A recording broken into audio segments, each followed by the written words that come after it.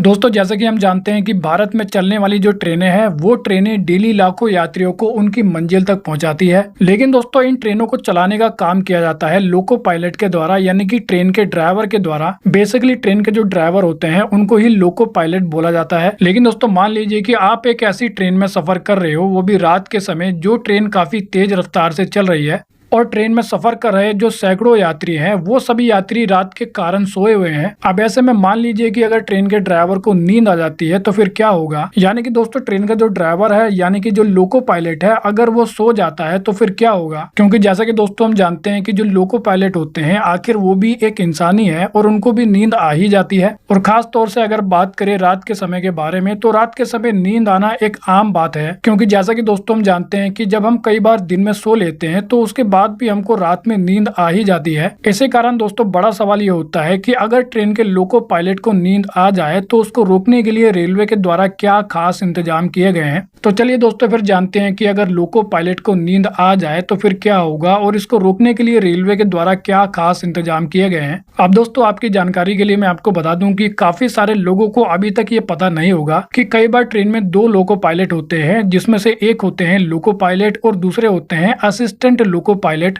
अब ऐसे में मान लीजिए कि अगर लोको पायलट को नींद आने लगे तो फिर जो असिस्टेंट लोको पायलट होते हैं वो लोको पायलट को जगा सकते हैं।